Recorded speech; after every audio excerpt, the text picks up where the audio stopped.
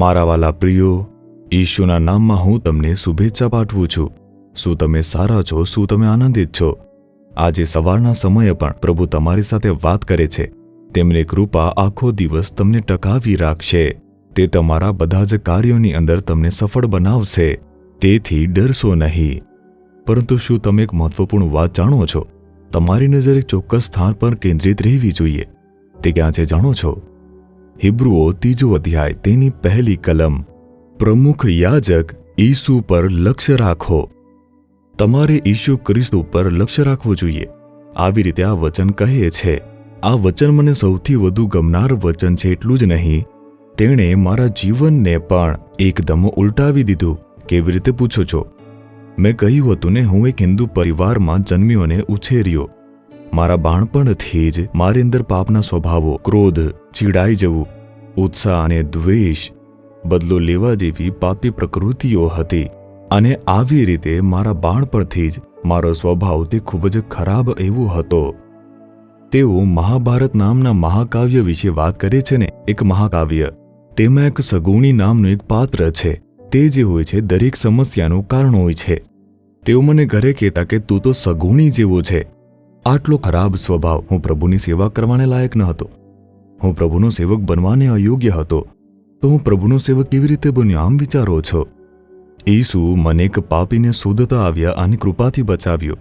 મેં તેમને પૂછ્યું, હું તમારી સેવા કેવી રીતે કરી શકું છું પ્રભુ? તેમણે કહ્યું, આવ, અને મને પોતાની સાથે લઈ ગયા. તો હું આ કેવી રીતે બદલાઈ ગયો છું? જો આવી રીતે પૂછો છો તો તે એક રહસ્ય છે. પરમેશ્વરે આ વચન દ્વારા મારી સાથે વાત કરી. ઈસુ પર ધ્યાન કરો.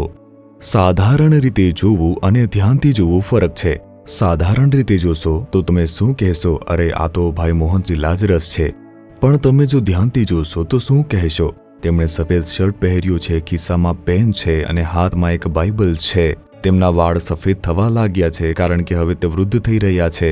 જો ધ્યાનથી જોશો તો આ બધી વસ્તુઓ જોશો. તેથી આકસ્મિક રીતે જોવું અને ધ્યાનથી જોવું તે અલગ છે.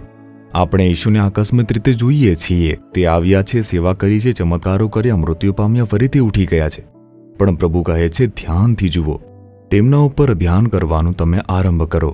તે કરવા માટે બાઇબલની અંદર જે 4 સુસમાચાર છે, માથી, માર્ક, લૂક, યોહાન, મેં તેમને વારંવાર વાંચવાનું ચાલુ રાખ્યું. મેં ઈસુ ખ્રિસ્તના દરેક પગલા પર સંશોધન કરવાનું શરૂ કર્યું.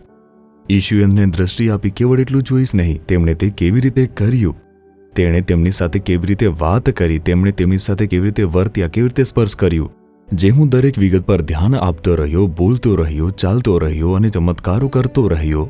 અને હું એવી રીતે લોકોને જવાબ આપતો હતો અને દરેકના દુઃખોને સ્વીકારતો હતો. જેમ જેમ હું આ બધી બાબતો પર ધ્યાન કરતો રહ્યો, તે મારા હૃદયને ખૂબ જ સ્પર્શી ગયું હતું. પછી મેં ઈચ્છા રાખી, મારે પણ આવી રીતે બદલવું જોઈએ. આ સ્વભાવ જોઈએ છે, મને આ પાત્ર રહેવું જોઈએ. પછી મેં કહ્યું, ઈશુ, મને તમારા જેવો બનાવો. આ રીતે મેં તેની ઈચ્છા કરવાનું શરૂ કર્યું.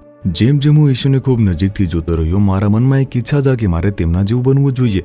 મારી અંદર તેમનો સ્વભાવ હોવો જોઈએ. મારે તેમના જેવું પવિત્ર બનવું જોઈએ, નમ્રતા રાખવી જોઈએ. મારે તેમની જેમ પ્રાર્થના કરવી જોઈએ, તેમની જેમ શક્તિની જરૂર છે, તેમના જેમ દુઃખને સહન કરવું જોઈએ. મારે તેમની જેમ બીજાઓને માફ કરવું જોઈએ. જેમ જેમ આ ઈચ્છાઓ મારામાં અંકુર થતી ગઈ અને હું તેના વિશે જેમ પ્રાર્થના કરતો રહ્યો, પછી કેવળ મારી અંદર તે પાત્રો બદલાવા લાગ્યા, સ્વભાવ બદલાવા લાગ્યો. હું તેવો બન્યો. શું તમે બદલ્યા છો? જો નહીં તો તમારે આજે પણ તેના માટે પ્રાર્થના કરવી જોઈએ કે સ્વભાવ બદલો. હું કરું જ છું કે મને તમારા જેવો હજુ બદલો પ્રભુ.